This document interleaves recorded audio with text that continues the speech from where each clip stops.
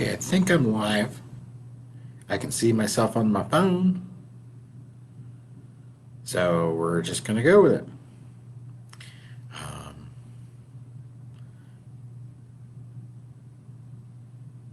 all right, I wonder why my camera's blackout mode. It's kind of unnerving. But anyways, we'll run with it and go. Um, hi, hello and welcome, or good morning, Columbus. Good Lord, you would think that I would have had enough coffee by now already. Um, just kind of checking in and doing something a little different today. Yes, PowerPoints are nice and they're fun.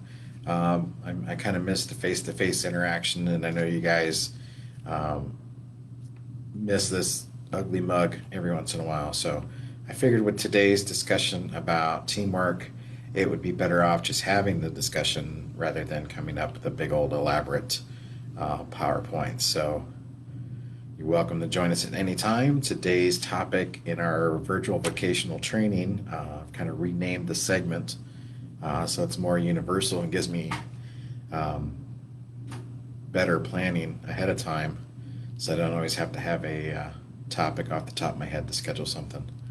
Uh, Today we are talking about teamwork and also about being friendly, because one of the biggest components of teamwork is being able to have an approachable attitude about us that helps people come and approach us to talk to us and want to work with us. If we're not approachable, if we're not friendly, then none of our teammates are going to want to come to us and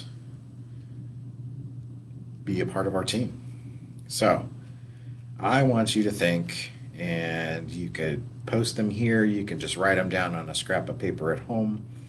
I'm fine either way, but list 3 to 5 people you know as being especially outgoing and friendly.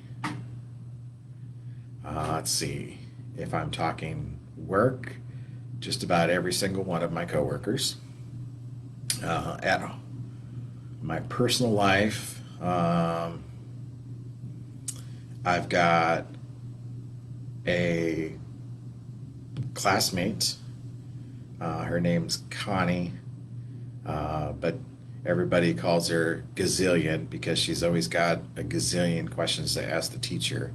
And she always talks really fast. She's very uh, inquisitive, but she is very approachable and very friendly and extremely outgoing. Another classmate of mine, Levi, he's a little more reserved, but he's just got a very friendly demeanor about him. It makes it very easy to come talk to him when I have questions about a subject in class. Let's see. We had a neighbor in our old neighborhood. His name was Bob, which was funny because the neighbor to our left was named Bob, and the neighbor across the street was named Bob, and our landlord was named Bob.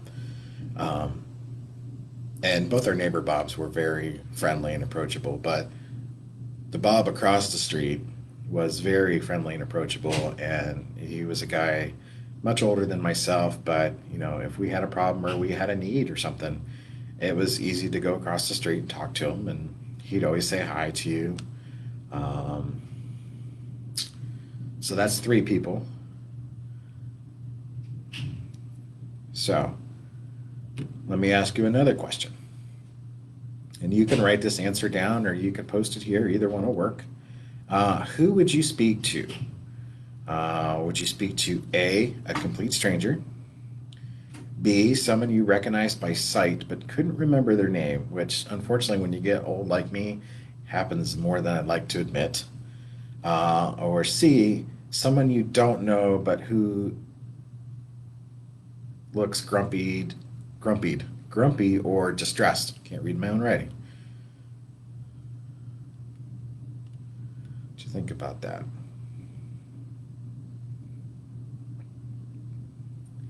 Now, I would have to say my answer would be A and B.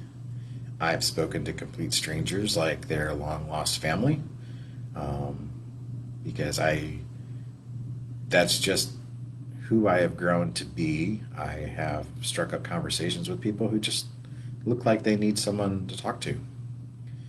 Um, and yes, I've been in several conversations, and they look very familiar, and I could not for the life of me remember their names, but they remembered me, so I tried to go along with it and talk to them like I didn't know otherwise. A lot of times the name would hit me about halfway home. I'm like, oh, that's who that was. Oh man, I wish I would have remembered. I have it for me personally. I struggle with trying to approach someone who looks grumpy or distressed, um, unless they're a close friend. But if it's a complete stranger and they look like they're crabby, I'm steering clear. They're just not approachable.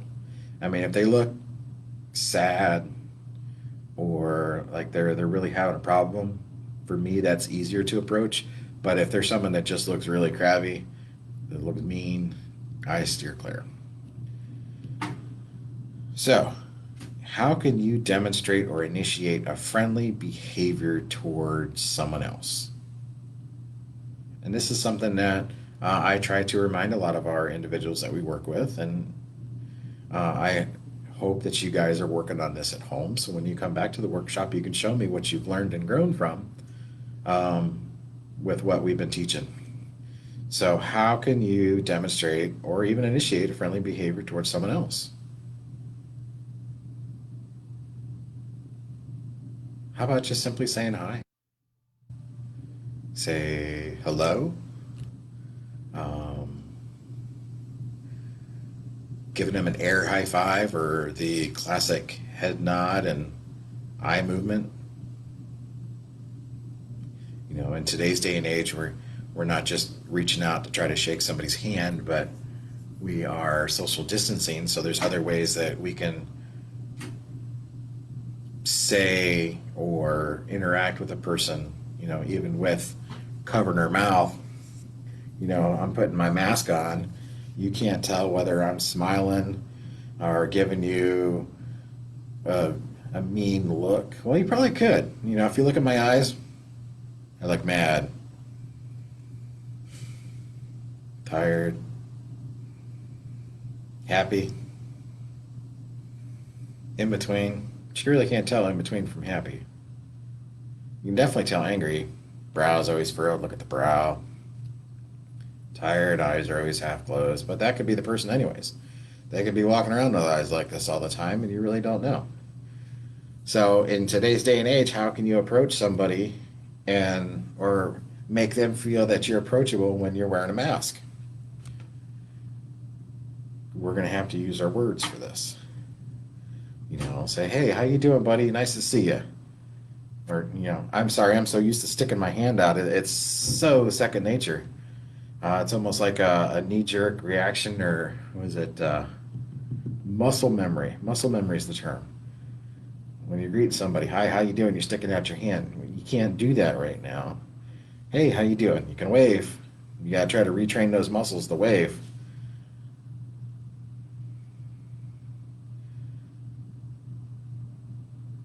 So how are you adapting at home with a face mask and demonstrating to people that you're approachable? You got to use your words, your body language. We've talked about body language on a few of my other video segments. You know, I'm sitting here, my arms up. I'm kind of laid back and relaxing. You know, I would hope that somebody would find this an approachable body language demeanor.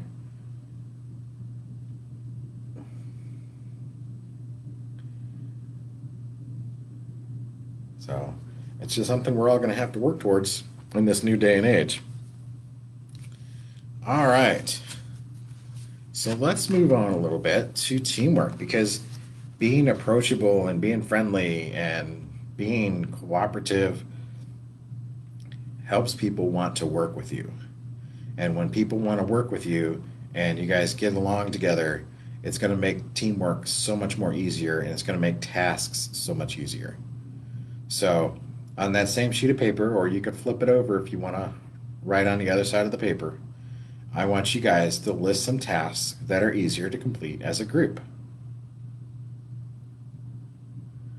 So, list some tasks, and they could be work related, they could be home related, they could be church or community related. What are some sort of tasks that are easier for you to complete as a group?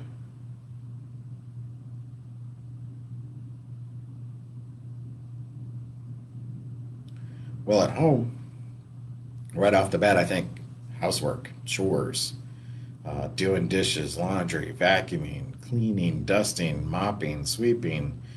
Well, you got to sweep before you mop. Vacuuming, if I didn't say that already, are much easier when you've got a team of individuals to do it, right?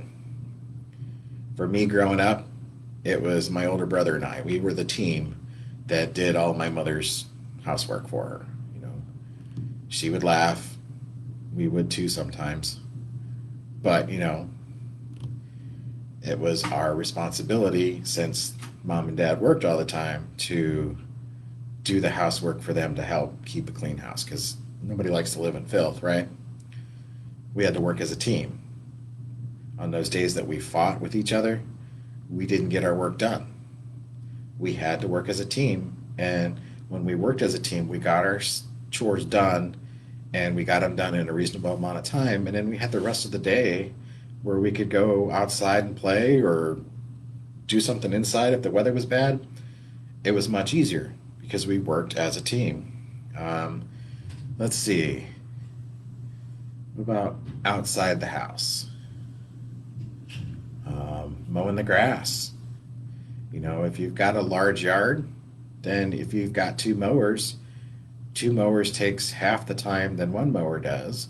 So obviously, working as a team to do that would be great. Say you guys are.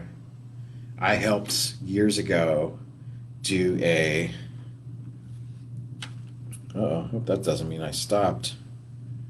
Years ago, I helped an Eagle Scout with a project at a park, and we were pruning trees and putting down mulch and getting them ready for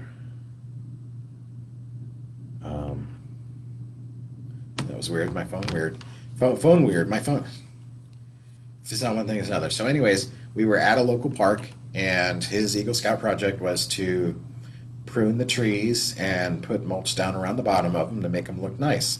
So there was a team of about 6 of us that were helping him out, and we had to work as a team to get it all done. Those are one of those jobs. Yeah, you could do it by yourself, but it's going to take you forever. But when you work as a team, you get her done, and everybody's better off for it. Work. When you guys were here at the workshop working on clothes together, not only were you getting through the job quicker for the time that you had allotted, but you also had, time to talk about things. Some of our other groups who had some structure, they would do different team building exercises. Like we've got the giant Jenga game, and you really got to work as a team if you want to be successful with that, or just some of the other team games that we got, like basketball camp and football camp and baseball camp. These are all things that require teamwork. What about sitting down and doing a giant puzzle? Volunteer picking up trash in the parks. Yes, great suggestion, Tina. And that's something that we're going to talk about on Thursday too. But that was actually a great topic that you brought up now, because, yeah, you have to, when you're doing volunteer stuff, you got to work as a group, and you got to get prepared, and you got to go out and do it together, or it's going to take forever. When you're at work, if your boss assigns you a job to do something, and he gives it to a group of, 2 or more individuals, then that's your assignment to get done. So say Before the shutdown, it was your group's responsibility to complete 8 racks of clothes. How many people were in your group? Say you had a group of 5 people. Well, somebody's doing more than 1 rack. How do you break up that work, and how do you work together to get it all done so one person doesn't feel like they're doing all the work? So let me ask you, why are tasks easier when performed as a group? I've already mentioned some.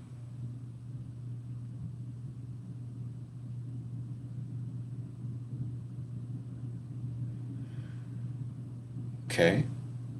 You take a larger job and you're breaking it off into smaller, more manageable pieces. So it doesn't feel as daunting or impossible. So then you're just working on smaller parts of the bigger thing. Let's see what else. You don't feel like you're doing it all. Um, Plus, it's great to have others with you. Especially if you work in a warehouse type environment, to have others around you that you can talk to while you're doing the job. But you actually got to work. You can't just sit and talk the entire time. But if you can talk while you're working, it makes the day go by easier. Many years ago, one of the hats that I wore right out of high school was I worked for a couple weeks at a plastic injection mold um, company, which, if you're not quite familiar with what that is, think about Rubbermaid containers, the plastic shower caddies, uh, those put together dollhouse toys. Those are all done by plastic injection mold. They take little bits of plastic, they heat them up till they melt, they inject it into this really hot mold, and it forms them around the mold, and then pops it out, and then you got to package it up from there. There was one night where we had a quota to meet for shower caddies, and if you're not sure what they are, they're the things that hang up in your shower on your shower nozzle. So you could put like your soap and your shampoo and your rags and stuff. It was a pretty fast machine because it would spit out 8 of the plastic compartments, and then you had to put them on a wire rack. You had to put something else. You had to put the cardboard sleeve on it, and then you had to pack them up. And it was cooking. So you had 3 people on it, and all 3 people had to work at the same speed because it was fast. But what made that great was the fact that I was working with 2 individuals who, one in particularly, loved to talk. So it just made the night fly by, and we got everything done. Everybody, we were all pumping each other up, and encouraging each other to be successful. And we actually, we exceeded our quota, which was great. It's always a good feeling when you can accomplish something as a group that you're supposed to. On the other end of that, what are some of the drawbacks of working in a group? Think of some times when you have had a group assignment. What are some of the things that make it hard to work in a group?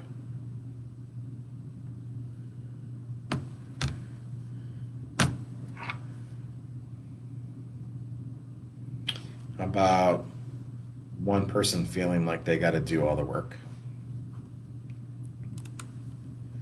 Um, on the other hand, one person taking all the credit for the work you've done. Um,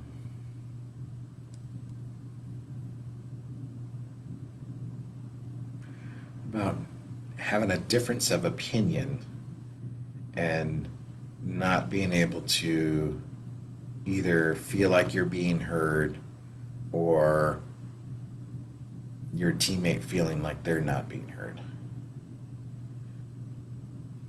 Those are some of the drawbacks. If somebody's not picking up their responsibilities and they're leaving it to you, you're going to feel real jaded and it's not going to go over well. So that's what we're going to discuss now, is that the teamwork success, it's not just the personalities and attitudes or behavioral styles of the members that will cause the team to either succeed or fail. But what teams need the most are certain enabling conditions that make the difference. So it's not whether you guys have a personality that will mesh well with somebody else, because you can put that aside for the sake of the project and get the project done. And I know that's really hard for certain individuals who main focus is on, they don't like this person, so they're not going to work together. When you have a project that you have to do, you have to find a way to make that work. So, it's not just that your personalities don't match, but, changing your attitude so you can work together, or if you guys have different behavioral styles, one person might have an outward behavior type background, another person might be more, an introvert. It's just getting all those, together and understanding those that will help you be successful. But I found with some of my research that there are some other areas besides these main ones, and they're called enabling conditions, that will make a difference in whether you are successful or not working in a team. The first one is having a compelling direction. Who would have thought? Goals, but having the same goals. If everyone's working for the same end goal, then, and it's compelling, then everybody's going to want to work together to make that happen. Every successful team has a direction that energizes, orients, and engages its members. If a team is not inspired and don't know what they are working towards, they will fail. So if you're in a team and you don't know what you're working towards, ask the team leader, why are we doing this? It's okay to ask why. Because sometimes, people are going to need things explained differently to each other. So you got to be able to feel comfortable enough asking those questions. Now, with that compelling direction means having goals. And goals should be challenging, but not impossible. Who feels like working to solve a problem that feels impossible? But you don't want a real simple goal, like moving from point A to point B. That's pretty simple. You're not going to feel challenged, and you're going to lose interest in that. But if the goal is to move this product from point A to point B, could be something completely challenging that you're going to need from there. So having a clear direction helps to keep people focused on the goals. This helps team members who are more far-flung to remain mission-oriented. And by far-flung, I just mean, people who have lots of energy, and you're going to have all sorts of different personality types in the team. You're going to have people that are more laid back, other people who are just quiet, and others who are more vocal, and then others who are just, you want them to stay laser focused and they are thinking everywhere outside the box. But if everybody knows that you have the same goal to reach towards, it's going to kind of keep them more mission oriented. An agreement that completing the mission may mean something different to each member of the team, and knowing how to align yourself with the clear direction is important. We've talked about this before. Everybody sees things through their own lens, and you have to be open and understanding that somebody is going to see how to reach that goal differently than you. Just because you guys see it differently doesn't mean that you can't use both perspectives to accomplish the mission. Number two, for an enabling condition, and this is something that we stress here with our programming with you guys, and I know a lot of you thrive with it, and that's having a strong structure. Teams need the right mix of members that discourage destructive behavior and promotes positive dynamics. Yeah, say that 3 times fast. And it's hard to find the right mix of members, but sometimes you're going to have to change how or what kind of member you are in a group in order to balance out the team. And you really want to help discourage, any kind of destructive behaviors. If someone's a negative person, you know, try to explain things in a more positive light, or maybe they just need some positive encouragement. Let's see, high performing teams include members with a balance of skills. Each individual does not have to possess the same technical and social skills, but teams should have a healthy mix of both. And that's so true. The reason why teams are very successful is that each member brings their own skill set to that. And if the team embraces all those different skills, they're going to be more successful. I can say that I feel with the management team that I am on here at WCS, we all have different skills that we bring to our work and community services program. And those skills and abilities are embraced. And we work very well together because we all have the same mission oriented goal. And we know that, if something's outside of our skill set, we know that we can rely on one of our other team members to help us out with that. And there's so much collaboration going on. It is crazy, sick, awesome. So having diversity in knowledge, views, and perspectives, as well as age, gender, and race, can help a group be more creative and avoid groupthink. The last thing you want in a teamwork environment is to have a bunch of yes men or women with you. If everybody's thinking the same thing, you're all going to just travel down one narrow path, and you're not going to explore any other options along the way. And you're just making a beeline to the end game, and you may not be able to explore the problem effectively. It's okay to embrace others' thoughts and opinions into the mission of completing an assignment. It's almost imperative that you got to have different views in order to be successful. Crazy, right? You're all trying to complete the same mission, but you're not all going to think the same way on how to get there. But you got to be respectful and work it out and be open to it. I know, it's like a paradox. Let's see. Read that one. So keep teams at a reasonable size. Larger teams are more vulnerable to poor communication, fragmentation, and free riding. Have you ever worked with a big group to try to get something done? Do you feel like your voice is heard in those large groups? Probably not. When you work with a smaller group, say, 3 to 6 individuals, maybe even 8 tops, you have more of a chance for dialogue and to communicate and gain understanding and appreciation of everyone's point of view versus having a group of 20 individuals trying to solve a problem. There's so many people and so much dialogue going on that nobody's going to hear everything, and it's just going to become a mess. Breaking the tasks and assignments down and spreading them equally among the team can promote responsibility and motivating each individual, especially if there is constructive feedback on the project. So, and that's one thing that, you got to be responsible, and you got to show that you have the responsibility to complete the assignment that's given to you.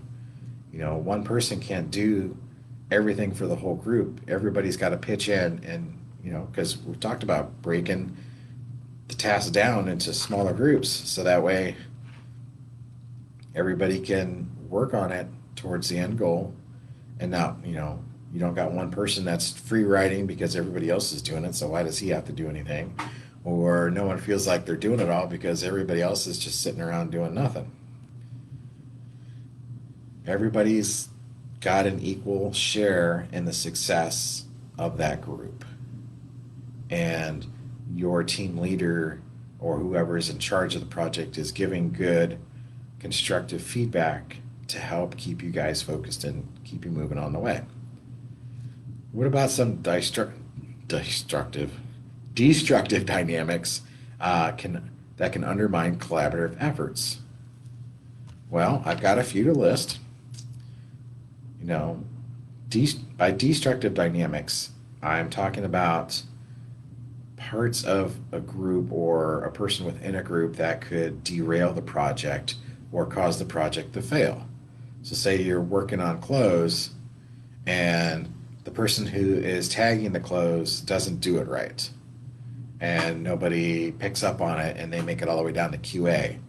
Well, they're all going to get rejected that are tagged wrong, and that's just slowing the whole group down.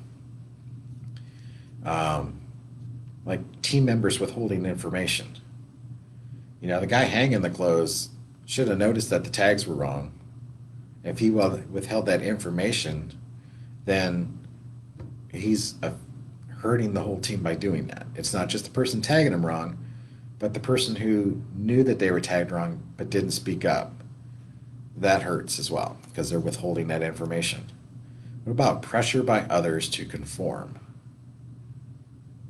Destructive. I know. Thank you. Uh, Sorry, I got derailed on that one. Yeah, pressure to others to conform. We're all unique individuals made to be who we are. We all bring something unique, and there's advantages, and yeah, there are disadvantages to every person. A disadvantage having me on the all-star basketball team is I am not good at playing basketball. Yes, I bounce off the basketball court when I fall, but you know what? It's not really my sport. So that would be a disadvantage. The advantage of having me on the team is I cheered pretty loud for my teammates and I encouraged everybody along the way.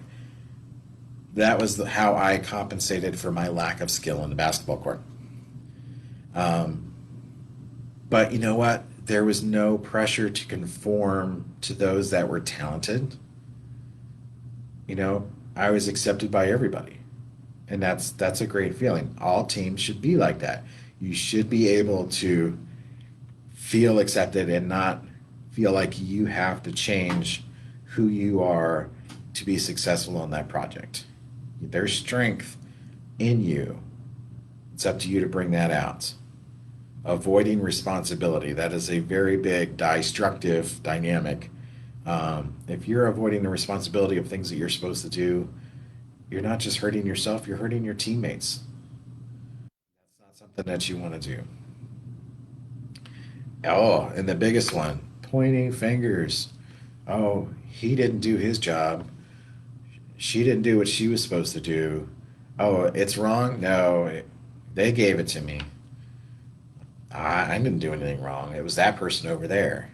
Pointing fingers. Take responsibility for what you did wrong. If you want to have that acknowledgement when you do something right, you got to be able to take the acknowledgement when you do something wrong. So I'll tell you what, just avoiding it and trying to place the blame on others is only making yourself look bad, and it's going to upset your teammates. So, for good team success, for good teamwork to happen, you need good supportive context. What's that mean, Mr. Curtis? I'm going to tell you. Having the right support enables team effectiveness. What? Yes, it's true. Having good support leads to a team being successful. It's not just the team leader that needs to support his team or her team, but management as well. If a team doesn't feel like a manager is supporting them, then yeah, they're not going to work for them. Say you're out on the work floor here at WCS processing clothes. If you don't feel that your staff, your training specialist, is supporting you properly, are you going to be successful? Probably not. You might get some of your job done and you're going to be frustrated, but you're not going to feel supported. And I don't want anybody to feel that way. So, maintaining reward system that reinforces good performance. And that reward system can be as simple as just saying, hey, I really saw all the hard work that you put into that, and I appreciate that.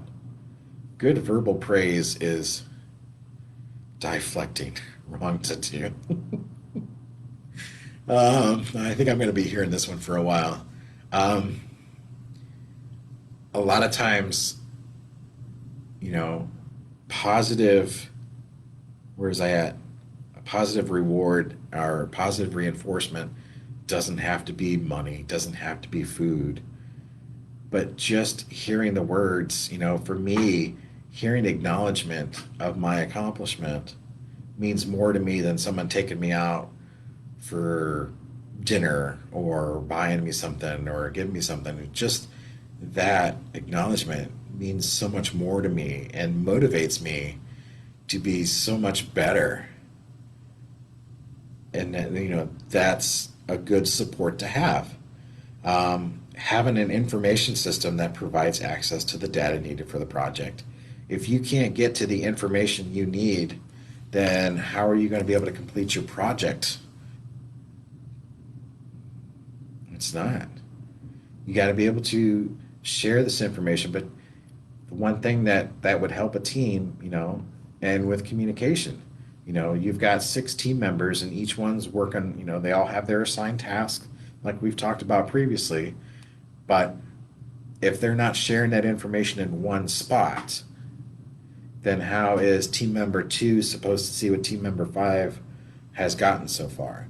Over the last 2 months, I have been using cloud-based storage in one single spot to keep all of my documents that I've been doing for all this programming changes we're doing here at WCS.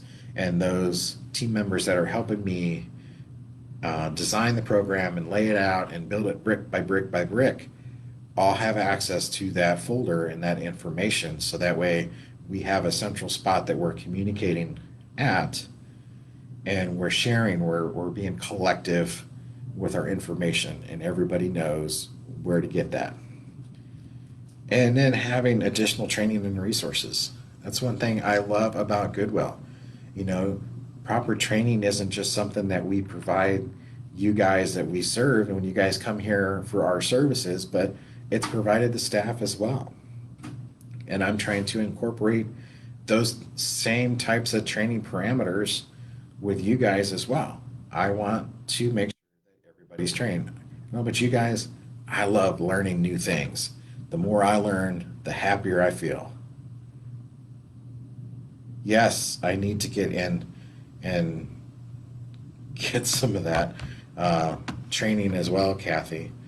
Um, yes, sharing is caring.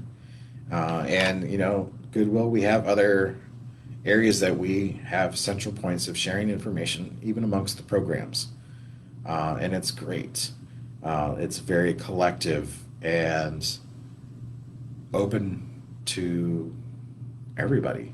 So that way we can all access it and we can all grow. And it's not just, ha ha ha, my program's going to be better than TCE. I'm not going to share anything that I've done. Or Sage who, or Young and Yaz. I don't care about those people. I just want my program to be successful. That's a very selfish attitude. And for me, the central part of our programming is Goodwill Columbus. So everything that I do should be to benefit Goodwill Columbus as a whole, and something that every other department can take part in. And that's the same kind of atmosphere that we have here at WCS amongst all of you guys and all the clients that we serve and individuals. Is it's all collective. You guys are all here, all part of the team, all have a stake in the success of our programming. And I just lost my train of thought. That's so embarrassing. Um, so yeah, I mean, it's important that everything is open and shared, and there is so much additional training and resources available that it's just great. And to go along with that is having a shared mindset. Developing a shared mindset among team members will foster a common identity and common understanding, preventing an us versus them mentality. A lot of jobs that I've worked at in the past, and you'll hear grumblings no matter where you go at to work. Uh, Floor employees is always going to be, oh, it's those managers against us, or it's them against us. You know, oh, those customers, they'll never understand us, or, you know, which is weird because, workers are there to help customers because it's customer service. But getting out of that mindset and developing a shared mentality, everybody, it goes back to the very beginning, having a compelling direction, having a strong structure. What is the focus of what we do? Grow, advance, learn, grow, learn, advance. Oh, I tell you what, it's been a Tuesday morning. It feels like I'm having a second Monday. We got to have a shared mindset among everybody, and that includes the clients we serve. If you guys aren't buying into the programming that I'm offering, there's not going to be success. Likewise, if I'm not listening to what you guys want and what interests you as far as vocational learning, there's not going to be success. We all have to work together. We all got to have the same common identity and the same common understanding and avoid the us versus them mentality. Let's see. Shared knowledge is the cornerstone of effective collaboration. Again, I'm sensing a common theme here. Uh, Give a frame of reference, allow teams to interpret situations and decisions correctly, and it helps people understand one another better. I don't know if I could say that better because I'm just getting all verklempt right now, just thinking about it because I'm so excited and passionate about everything that we're doing here. And the direction that we're going is so exciting that sometimes I just get so far flung, to use a word that we've already talked about. So I got to come back to my focal points and my shared mindset with everything and the direction that we're going. But having that shared knowledge, that's the foundation. That's the building blocks that we're building on for our effective collaboration. Um, just to, keeps that frame of reference and just allows everybody to be able to interpret it in their own words, but also to share that interpretation amongst ourselves, and it promotes understanding. All right. And then having a good team leader makes a world of difference. Team leaders can foster a shared identity and understanding in their group by ensuring each person feels valued for their contribution towards the overall team's goal. I work so much better and so much harder by having an effective team leader than in times in the past when the team leader just didn't care. They were just in it till it was their time to leave, or they were in it for personal reasons in which, their own personal gain out of the hard work that the group was putting into. So those are things that we all have suffered with ineffective leadership. So we try to put the right people in the right position. And this goes with you guys too. When you're here at the workshop, are you being that leader of your team?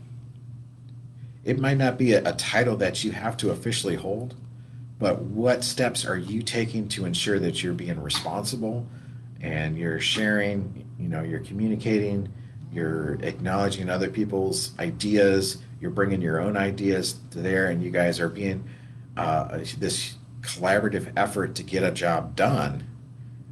You can demonstrate that leadership and not actually be a team leader because you are all invested in the success of the program or the success of the goal that you're trying to meet, and you can demonstrate that leadership, that team leading ability, by just doing what you're supposed to do within your team.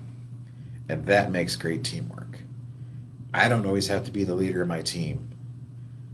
Yes, I can have a strong, sometimes overbearing personality with me that could be uh, destructive, um, and I have to pull that back. And I got to remember my actions can speak louder than my words. Am I leading from the front, or am I just kind of instructing people? Oh, I don't know if I do that. Or am I doing what needs to be done the right way so others can see me do it and pull them along with my positive energy in doing that? That to me, you know, fosters that shared identity and that understanding by ensuring that each person feels valued for their contribution towards the overall team's goal. So, how do you know if your efforts in a team are working? I want to hear from you guys. I know it's hard. I want you to think about it. And when you make your way back to the workshop, talk to me about it. Because things are changing positively. We're going in a whole new direction, a whole bunch of exciting stuff, and it's going to require teamwork. And you know what? That is one of several essential skills that you need out in the workforce to work in a job in a community is to have good teamwork skills. And I hope that you learned something and are taking something from this and can come back and talk to me when you make it back to the workshop, or if you see me out in the community somewhere, talk to me. All right. Thank you all for sticking around. Hope you learned something today, and come back tomorrow for a little slice of heaven as we do our hump day trivia. Um, but if you're not watching this on a Tuesday, that's not going to make sense.